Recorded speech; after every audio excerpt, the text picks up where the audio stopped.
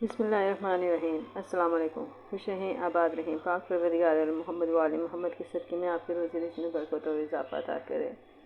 आज जो वीडियो मैं आपसे शेयर करने लगी हूँ है मसालेदार आलू तिहारी।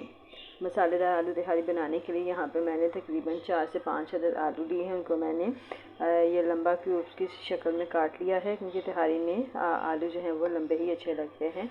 साथ में मैंने 2 से 3 अदद टमाटर रफली चॉप कर लिए हैं। उसके साथ मैंने जो स्पाइसेस शामिल किए हैं वो है नमक, हल्दी और सुरख मिर्च। ये मैंने अपने टेस्ट के मुताबिक लिए है, आप अपने टेस्ट के मुताबिक ले सकते हैं।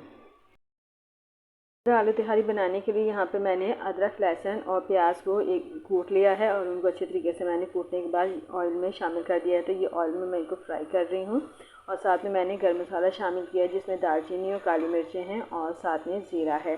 तो इन चीज़ों को मैं जो हूँ अच्छे तरीके से फ्राई करूँगी, भूनूँगी पहले। माशाल्लाह से मसाला जो है हमारा भून चुका है। अब इसमें मैं टमाटर, आलू और तमाम मसाला जार जो मैंने शामिल किए हुए थे वो शामिल करने लगी और इसको अच्छे तरीके से इसका मसाला जो है वो मैं रेडी करूँगी। देखिए, अब इसको इतना भूनना है कि ये मसाला जो है वो अच्छे तरीके से भून जाए और इसका ऑयल जो है मसाला भुनने से अलग हो जाए। देखिए गाइस, माशाल्लाह से मसाला बहुत अच्छे तरीके से भून गया है,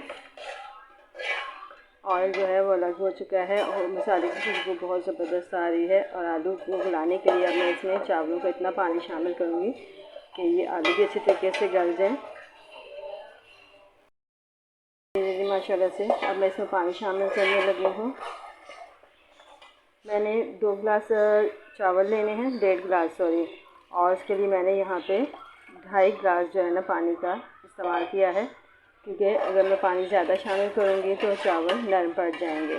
तो हमने निकले चावल रखने हैं। तो ये मैंने इसमें पानी शामिल कर दिया है और इसको अब मैं इतना पकाऊंगी कि आलू अच्छे तरीके से गल जाए। गाइस, माशाल्लाह से आलू जो है बहुत अच्छे तरीके से गल चुके हैं और इसका पानी इतना है कि इसमें चावल अच्छे से तैयार हो जाएंगे। तो यहाँ पे मैं चावल शामिल कर रही हूँ, जो कि मैंने तकरीबन 1.5 गिलास चावल जो थे वो लिए थे। अच्छा, जब पानी में थोड़ा बॉयल आया था तो इसमें पुदीने के पत्ते कुछ मैंने शामिल कर दिए थे और अब ये 5 से 6 हरी मिर्चें भी मैंने साथ में शामिल कर दी। इनको बीच में से कट लगा दिया था मैंने हल्का सा, और अब इनको मैं पकने के लिए रख रही हूँ। इस स्टेज पर आप इसका नमक चख सकते हैं चावलों का, कि आपका ये पानी में नमक कम है या ज़्यादा है। तो अब हम इसको पकने के लिए रखेंगे। ये लीजिए गाइस, माशाल्लाह से ये हमारे चावल जो हैं अब दम की स्टेज पर आ गए हैं। अब मैं इनको दम दूंगी। देखिए माशाल्लाह से लंबे चावल हैं हमारे ये। इनको हमने ज़्यादा गलाना नहीं है, निकले निकले चावल हों तो ज़्यादा अच्छे लगते हैं। तो अब मैं इनको इस स्टेज पे दम पे रखूँगी।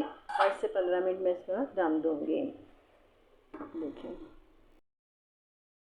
ये लीजिए गाइस, अब मैं 15 मिनट के बाद इसका दम तोड़ रही हूँ और ये देखें माशाल्लाह से चावल बहुत ज़बरदस्त हमारे तैयार हुए हैं और कलर देखें कितना खूबसूरत है।